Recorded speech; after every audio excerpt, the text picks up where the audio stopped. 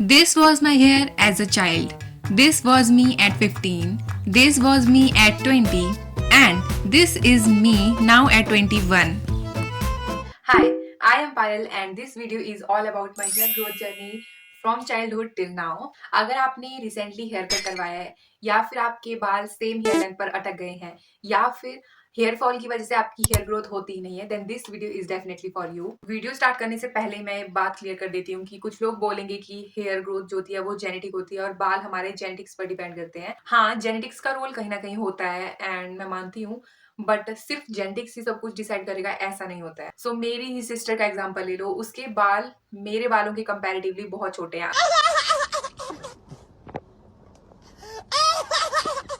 अगर जेनेटिक्स से ही सब कुछ होता तो उसके बाल भी मेरे बालों की तरह लंबे होते ना। सो इसलिए ये बात तो तुम दिमाग से निकाल दो कि तुम्हारी मम्मी के बाल अच्छे नहीं है, दादी के नहीं है, नानी के नहीं, किसी के नहीं है, तो तुम्हारे भी नहीं होंगे। ऐसा नहीं होता है। अगर मैं बचपन से बताऊं तो बचपन में तो बॉय कट ही रहता था मेरा, शायद थर्ड या फोर्थ तक मेरा बॉय कट रहा है। उसके बाद फिफ्थ में थोड़ी थोड़ी चोटियां बनने लगी थी एंड टेंथ तक मेरे बाल थोड़े कमर तक हो गए थे, यहाँ तक आ जाते थे बाल। देन कॉलेज में फिर ठीक है उतने बाल नहीं, मेरे बहुत बाल झड़े मतलब ट्वेल्थ के बाद।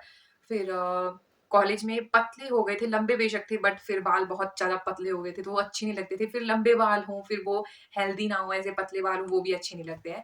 तो फिर उसके बाद मैंने फिर से बालों को काटा था एंड जो चेंज बाल काटने के बाद मेरा आया था, वो नेक्स्ट लेवल था। सो आपने स्टार्टिंग में मेरी पिक्चर्स देखी होंगी, मेरी पुरानी वाली पिक्चर्स। सो इससे एक बात तो क्लियर होती है कि हेयर लेंथ ग्रो हो सकती है। येस, डेफिनिटली हो सकती है, बस थोड़ी चीज़ें सही तरीके से और सही टाइम पर और थोड़ा-सा पेशेंस चाहिए। तो let's start with the point number 1 and first point is hair trimming. Hair trimming से लेंथ कम नहीं होती है, बल्कि बाल हेल्दी रहते हैं और हेयर ग्रोथ भी इंप्रूव होती है। मैं 2-3 महीने में एक बार तो हेयर ट्रिमिंग ज़रूर कर लेती हूँ एंड 0.5 टू 1 इंचेस इनफ रहता है। अगर हम ट्रिमिंग नहीं करते हैं तो स्प्लिट एंड्स ऊपर तक आ जाते हैं, इससे और ज़्यादा बाल डैमेज होते हैं। एंड कुछ लोग बोलते हैं कि अगर हम हेयर ट्रिमिंग करेंगे और बाल नीचे से काट देंगे तो हमारे बाल और छोटे हो जाएँगे और शायद हेयर ग्रोथ ना हो तो बाल उतने ही रह जाएँगे। बट यार, हेयर ग्रोथ तो रूट से होती है, एंड से उसका क्या लेना देना है। एंड अगर ऐसा ही होना होता तो जिन्होंने आज तक बाल काटे हैं उनके कभी बाल ग्रो ही ना होते। सो हेयर ट्रिमिंग से तो हेयर ग्रोथ का कोई लेना देना नहीं है। और हेयर ट्रिमिंग तो हम घर पर खुद से भी कर सकते हैं। तो यस, 2-3 महीने में एक बार तो हेयर ट्रिमिंग कर लेनी चाहिए। So next point is hair oiling.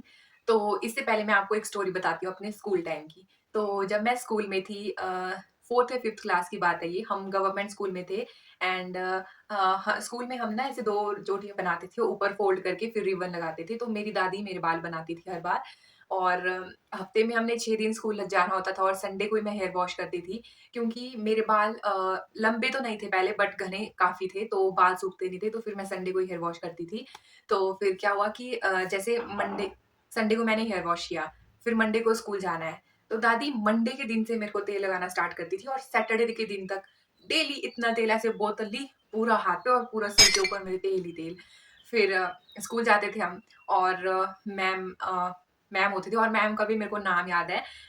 Kiran ma'am थे और मैम मेरे को पूछते थे कि पायल, आज किसने सिर पर तुम्हारी चोटियाँ बनाई है? तो मैं बोलती थी मैम दादी ने बनाई है। तो पहले, इससे पहले मैम मेरे से 1-2 बार पूछ चुके थे कि तुम्हारी चोटियाँ कौन बनाता है? कि तुम्हारी चोटियाँ अच्छी लगती हैं। फिर मैंने बता दिया था कि दादी ने की होती हैं।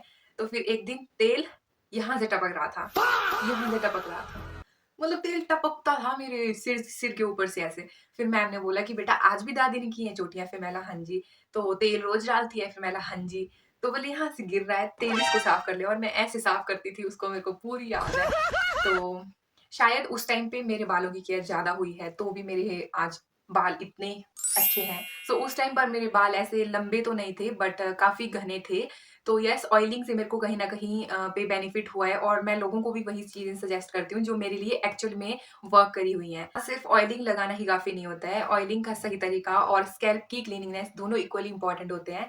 तो ऑयल को कैसे लगाना है थोड़ा-सा मैं आपको बता देती हूँ, बाकी ऑलरेडी मैं ऑयलिंग का सही तरीका लास्ट वाली वीडियो में बता चुकी हूँ, आप वहाँ से देख सकते हो। तो थोड़ा-सा ऑयल लो, अगर हो सके तो उसको थोड़ा गरम कर लो, बट ये ऑप्शनल है, अगर आप करना चाहो तभी करो, अदरवाइज़ आप सिंपल भी कर सकते हो।